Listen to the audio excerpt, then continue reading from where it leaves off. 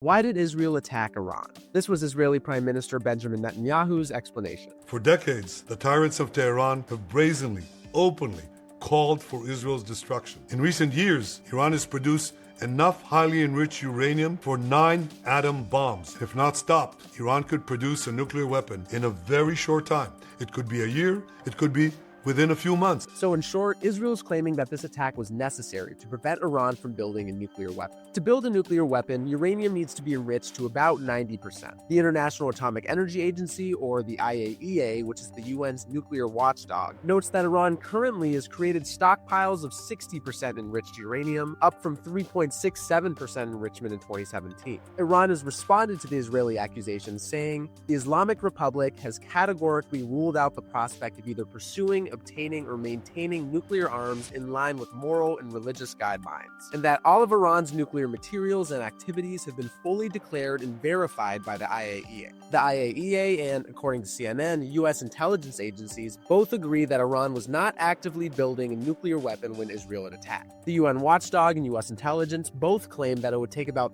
3 years for Iran to build a reliable nuclear warhead, an assessment President Trump disagrees with. But the IAEA has called attention to Iran's stockpile of enriched uranium and censured the country last week for failing to comply with inspectors. This was the first such censure in 20 years. After the censure, Iran announced last Thursday that it had built and planned on activating a third nuclear enrichment facility. Lastly, Iran argued that their attempts at diplomacy had been repeatedly sabotaged and that Israel and the U.S. were not good faith negotiators, noting that Israel's recent attacks occurred during ongoing diplomatic talks in Oman and that the U.S. had withdrawn from the previously agreed upon 2015 Iran nuclear deal. The deal had stipulated that Iran does not enrich their uranium past 3.67%, amongst other nuclear restrictions, in exchange for the lifting of U.S. sanctions. In 2018, President Trump withdrew from the nuclear deal he described as rotten, as he argued that it enabled Iran's malign behavior, did not address Iran's sponsorship of terrorist and militant groups, and that many key nuclear restrictions were set to expire after only 7 years. With U.S. sanctions reimposed, Iran began enriching their uranium further and further as attempts to negotiate a new deal have started and stalled